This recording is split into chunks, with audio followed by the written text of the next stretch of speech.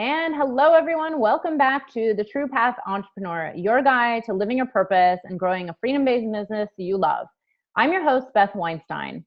I'm a transformational business coach for current and aspiring entrepreneurs, helping you align with your true purpose and grow your business so you can help more people, profit with your passion, and have a thriving business you love working on your own terms from anywhere on earth. And today I'm really excited to be talking with the series' only copywriter, Lisa Manyon. Hey, Lisa, thanks for joining Hey. us. Lisa is a business marketing architect and president of Write on Creative. She pioneered the simple three-step challenge, solution, invitation framework to create marketing messages with integrity by focusing on passion points instead of pain points. Lisa's strategies help you reverse engineer your most powerful solutions into profitable revenue streams, known to produce million-dollar results. Her philosophies are featured in Inc. magazine and multiple #1 best-selling books, including Wonder Women: How Western Women Will Save the World. Lisa received the People's Choice Award at the California Women's Conference and offers free business-building resources on her award-winning blog. And you can access her website at writeoncreative.com. Now, Lisa, I really love that you talk about, copywriting from a passion point of view versus just focusing on pain.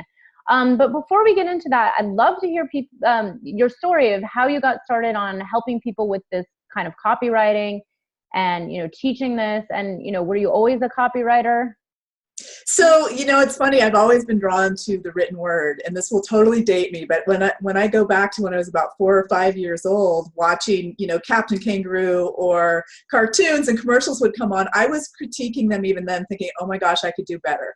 I started a school newspaper on a mimeograph machine in 4th grade with one of my little gal pal friends. And so, yeah, it's kind of been in my blood. In college, I was the ads manager and also a lead reporter for the school newspaper, also in high school. So it's kind of always, yes, been in my blood. So when I worked for radio stations and ad agencies, I definitely was writing copy. I mean, I used to sell air and fill it with radio spots. So I've been watching this for a really long time. And then it was in about 2003 when I decided to start Write on Creative. I resigned from a premier ad agency because I wanted to focus on my own deal, but I had a non-compete in my local market for a few years. So I thought, well, I'm not going to let that stop me. Let's just go national. Let's go global. So I started studying with top internet marketers and copywriters and really honing that side of more of the longer direct response copy, because before I was playing with the shorter, pithier, Madison Avenue style stuff for radio, TV, billboards and such. So I would say, yes, it's kind of always been in my blood. And now Write on Creative is over 15 years old. Wow. This is incredible. And I love that you turn it into something really bigger and went global. And like you said, long form copy. And these days, to me, copy is king. It's everything. It's like the whole world we live in is based on it. It's the internet, reading, even Facebook posts, everything.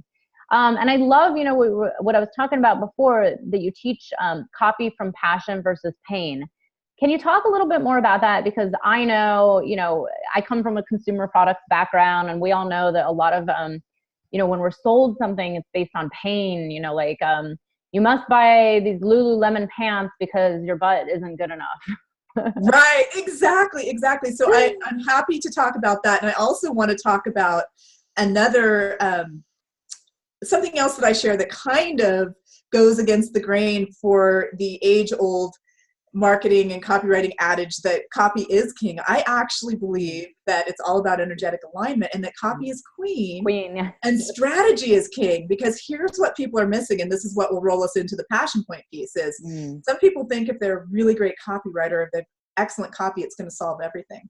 But if you don't have a plan to get people there, it's not, right? You're going to be missing the mark.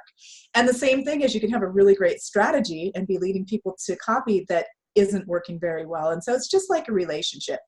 Both of those pieces have to work together. And what I found works better, after studying with some of the greats out there that are teaching this pain point stuff, and we've all read the psychological reports about it. Yes, it's true. We want to move away from pain, all of that. But what I have found, or I should say because that approach can work, but when you poke at pain points and you got people into a heightened emotional frenzy and they make a buying decision, what that does is it perpetuates buyer's remorse and it increases return rates because they are in an emotional frenzy and they're being pushed in some way, right? Whereas when we flip that script and we focus on passion points and we paint a picture of possibility and what life would look like without blaming, shaming, guilting, poking at pain points, or doing any of the things that we see most marketers doing out there, then we're actually able to build relationships because marketing truly is all about relationships. And I think that's a big shift for people, especially when they play with me. They're like, well, we just got to make the sale. We got to do this. I'm like, well, sure you do. But first you got to build the relationships. And both marketing and sales are about those relationships. And if you're not building those first, it's going to be very difficult to create a long-term sustainable business. I love it. I love it. I feel like I'm like, she's telling the truth. Because right. I know, and I make jokes. I'm like, yeah, people are totally cutting through the BS that's out there, especially women who are awake and spiritual and on this path that much of the audience is on. I know I'm super sensitive, especially coming from my background in consumer products for so long, and just knowing like the way we all think behind the scenes when we're trying to create a product or even sell a program or coaching or whatever it is. And you're right. It really is, it's like you're talking about a different paradigm now than what we've known about for so long. And I do love that you said queen, content is queen, and it is a different approach. And is this what you mean about, coming from like passion? For example, I assume you help a lot of coaches and online entrepreneurs with their copy. So I do, yeah. yes. And it's an important, like if I'm selling, whatever, a $20,000 coaching program, which by the way, I do not, mine are not that expensive yet. But what, is it really all about selling, talking copy from inspiration and love and passion, or like where did the pain points go? Yeah, so here's the thing. What I've created is a really, really simple formula.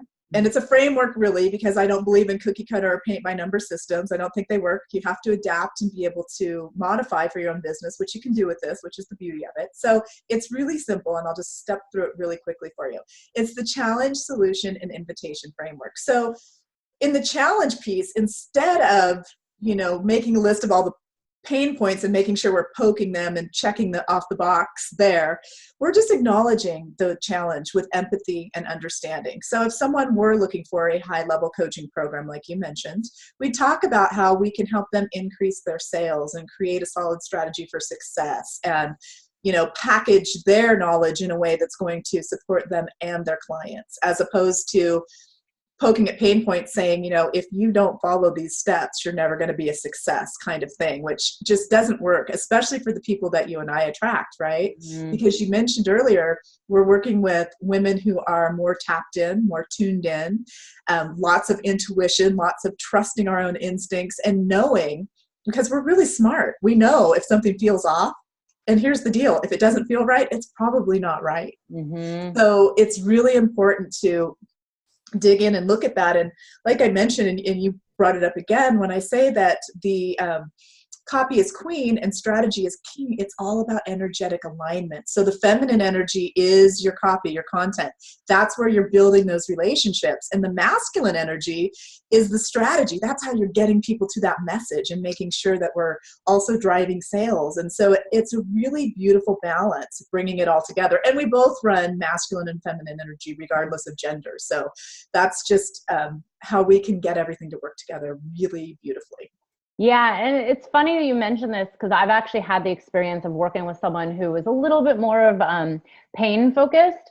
And I've actually experienced buying into something based on like stress and anxiety and pain. And like, oh my God, she's right. If I don't do this, if I don't join this program, I'm going to, be broke 5 years from now or whatever it was. And actually over time, my body knew, like my intuition knew right from the beginning. I was like, oh, something's really wrong with this. And, in the end, I learned the lesson, like that's not the person I am there to work with anymore. But I could feel this, it was almost, it reminded me of being in a painful family structure, like shaming, and making me wrong. And it just didn't feel right. And it wasn't coming from this place of like purpose, inspiration, passion, like you said. So I love that you're talking about this, because especially you're right, women that are tapped into their, their senses, they pick up on this. So then how do you teach people to apply this to, let's say, like an email list or, sales copy or the day-to-day things?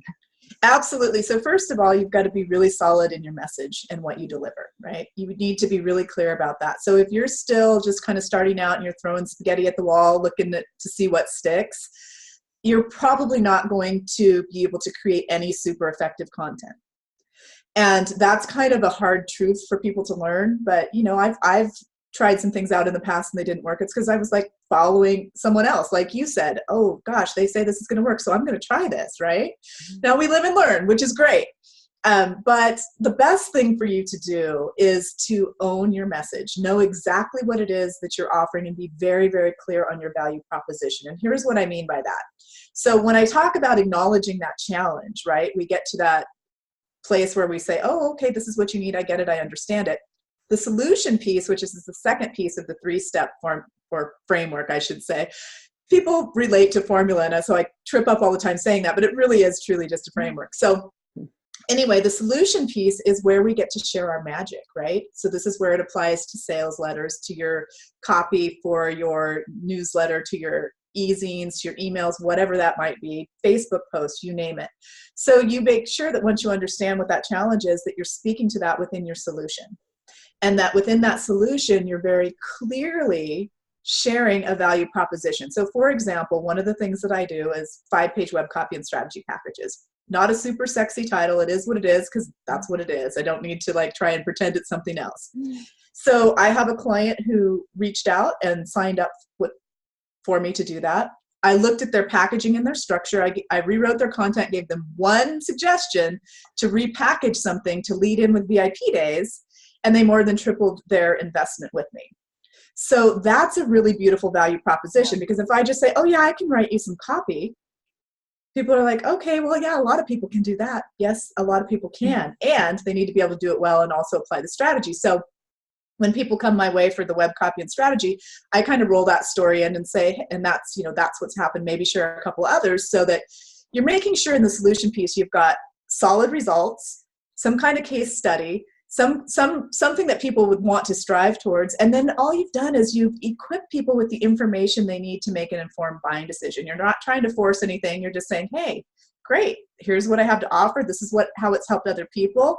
Can I guarantee those same results for you? Not necessarily, but will you get some great results? Absolutely.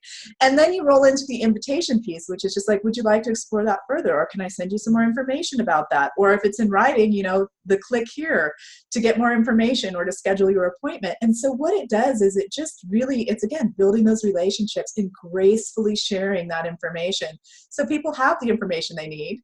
And when you're confident in what you're offering, you don't have to force people into anything, because it doesn't feel good for you or for them. Yeah, I love that last piece about, not forcing someone into it. And no one wants to do that. Like anybody, I have clients that they get into that mode of like, oh, but I must. And I'm like, no, it doesn't feel good for you even. And honestly, you don't want someone who's not energetically there. If they're not a full yes, you don't want them as a client. So yeah. I love that you talk about, energetic alignment within all this and within copywriting and your messaging and, putting something out there.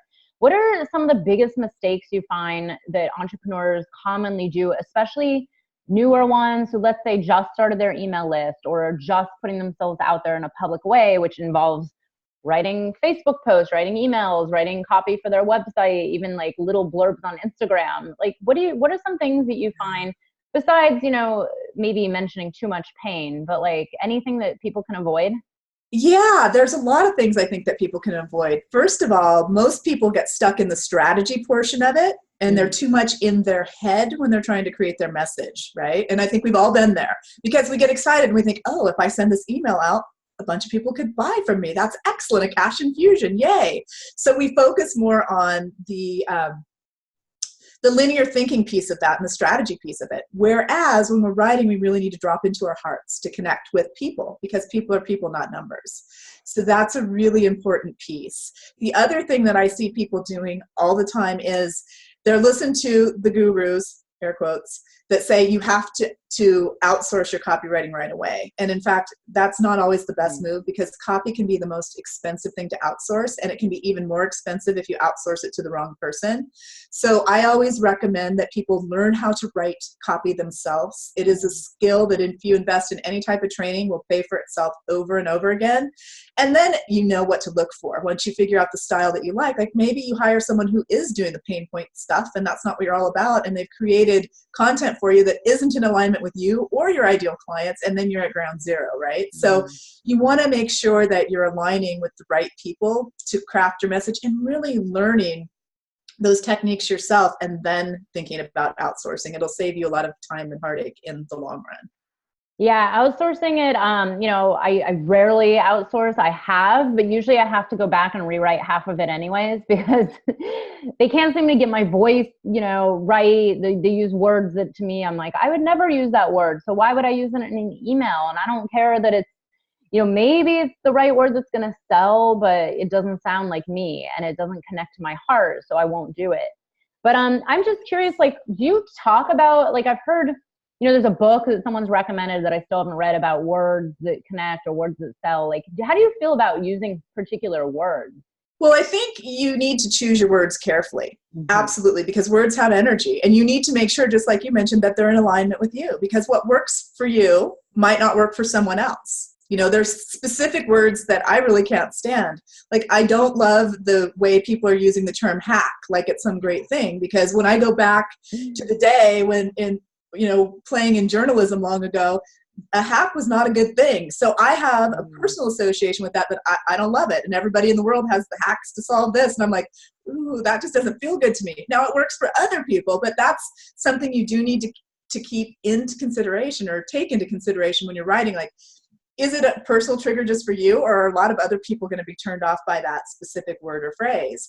And so there are still, psychological aspects to this. But when we're super clear about who we serve and how we're serving people, it's much easier to choose those words and know, if I'm in alignment with my ideal clients, they're going to probably connect with the same kinds of language that I do. And if I have to start using completely different language just to try to attract clients, probably I need to course correct and look at who I'm attempting to serve. Yeah, that's interesting. And I'm wondering also, let's say someone has a very small audience.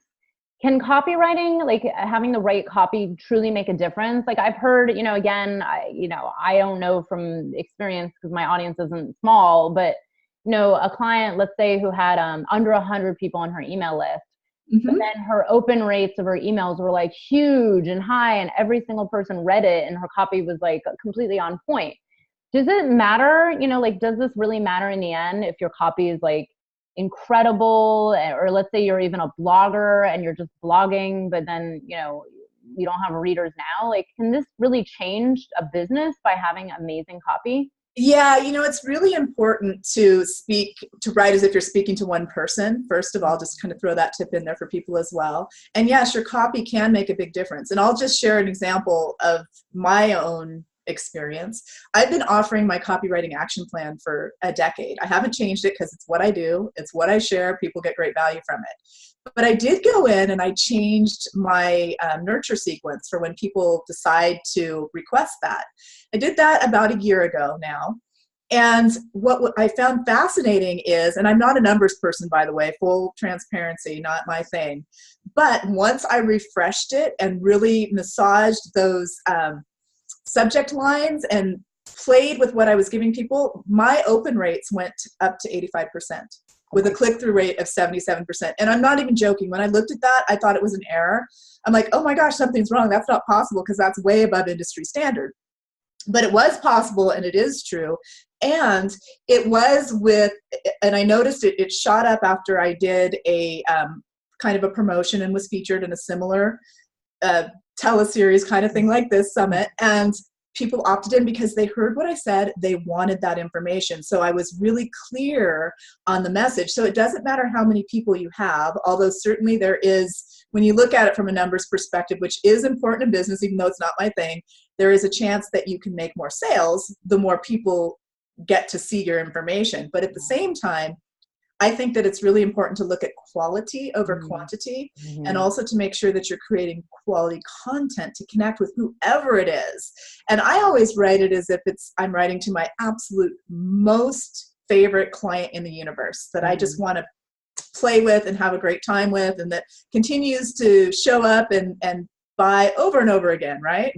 And that makes a difference in everything, whether it's a blog post, no matter what it is. It's really speaking to the heart of the person that's on the other end, and realizing, think about what's going to happen once you hit send on that email.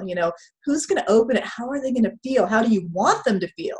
And when you really bring the human aspect back into it, regardless of size of community, it brings it all home, and that's when the magic starts happening. Yeah, it's beautiful. Like the inspiration. Like I know I read so many emails, and it's like some I really enjoy opening and I get inspired, and some I'm like, oh, there's just so much. Like it's you can feel almost vibration through email. Like you can. Yeah, the negativity or the pains or another story of being in hundreds of thousands of dollars of debt, and it's like, oh my God. But I have a question about, I know this is a tough one to answer maybe, but is there a trick to nailing it with subject lines for emails? That I find one of the biggest challenges. I have no problem writing an email, but I hate writing subject lines.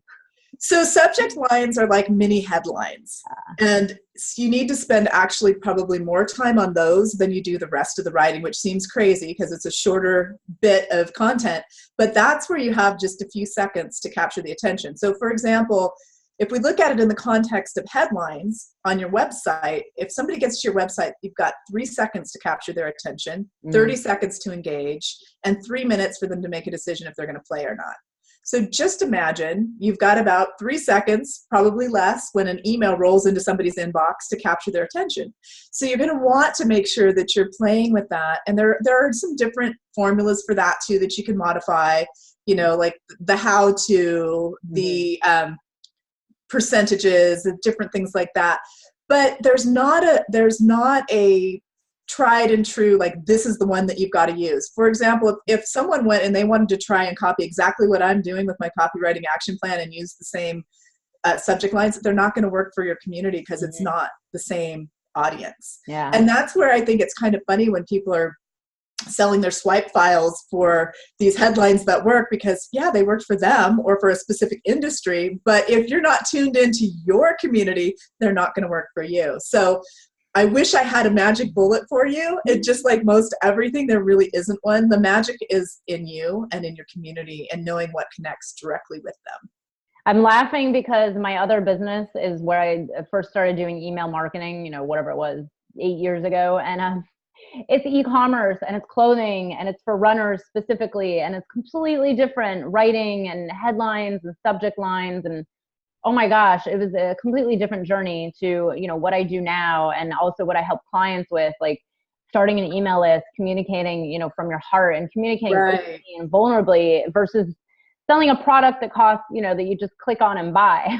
So it is different. And with products, it's so much easier because people always love a sale or a percentage off or something like that. And so that makes it, a lot easier than when we have to be creative to connect on a more deeply emotional level. And you brought something up earlier that I wanted to touch on about how we know that psychologically the pain can work, and that you've even bought into some things based on that. But there is a deep desire within all humans to belong, right? And so that's why sometimes that scarcity and those tactics work, because we're like, oh, what if we miss out and we really still want to, deep in our psyche, belong somewhere. So we have to take the time to often unlearn what we've been programmed in both business and in our lives, which, here's the thing. I say that business is personal. And so we have to treat it as such. And that does mean that some of our own personal triggers need to be addressed when we're looking at how we're marketing to others, how we're being marketed to. And we have to just be even more self-aware than we've been in the past. Yeah, exactly. I know. It's like, I mean, I feel like, again, because of my background, I'm so hyper aware of like every little message, especially when it comes from a consumer product company that's trying to sell me something that I'm like, wait a second, I don't need that, but I feel like I need it.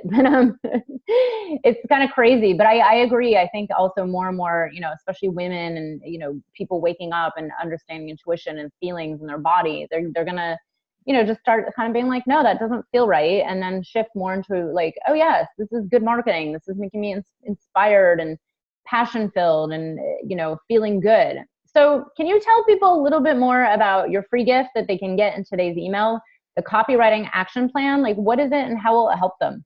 Absolutely. So it's basically more information on my philosophy to help you learn how to apply the challenge, solution, and invitation framework to all of your messaging. And then I also go over 7 key points that will help you write better content. As well as I include a checklist of different things that you might need to create when you're marketing both online and offline, and some different ways that you can kind of chunk those projects down so it doesn't feel so overwhelming. Yes. Yeah. So that's really it. I mean, if this resonates and it feels right to you, jump on over and join the Write On Creative community, grab your copywriting action plan. The cool thing about becoming a member of my community is that I offer a 15-minute Get Connected call with every person that joins. Not everyone takes me up on it, but I encourage you to, because we'll just have a conversation to see where you are. And if you have any challenges going on, I'll see if I can help. And if not, that's fine too. But I like to know who has trusted me with their information to let me into their inbox, because that's a big thing now.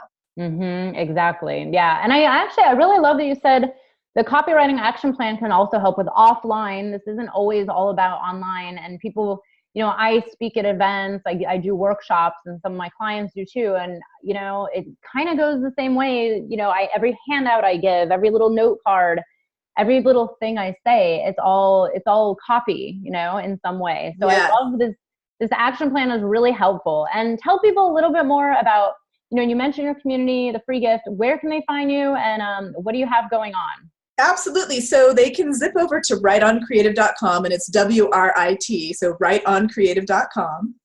And basically grab the free copywriting action plan when you become a member. I send out a newsletter monthly, and I also send out resources of people that I know, like, and trust, and that I personally vetted and actually really, truly connected with, so that can help you build your business. One of the things that I do offer that might be of interest, since I mentioned it's important to learn how to write your own copy, is that I do have a program that teaches you how to write better copy. And it's super duper affordable. Also on my site, it's how to create copy to connect and convert with passion points. So it's basically just showing you how to flip the script. And within that, there's 11 core components that I go over, including some exercises to create better headlines and subject lines. So that might be of interest. Oh yes. And anybody who's just starting out, or, even if your first couple years, this is something that's so important. Copy really, to me, like, I know good copy, and I know, thank God, I speak from my heart. People comment all the time like, wow, I really love your emails. And I'm like, oh, great. But I don't know what I'm doing. But it's so important to learn this, and I really encourage everybody to download the free gift, check out all of her work. And thank you so much for being with us. It was really so great to have you here, Lisa. Oh, I'm so glad to play with you. I love what you're doing in the world, and it's just great to connect with like-minded business women. We're out there doing our thing, helping other women and men succeed. So I'm glad to be here, and thank you. It's been an honor. Exactly. Thank you so much. And everybody, be sure to join us tomorrow on the True Path Entrepreneur, where we'll have more interviews, and I'll see you then.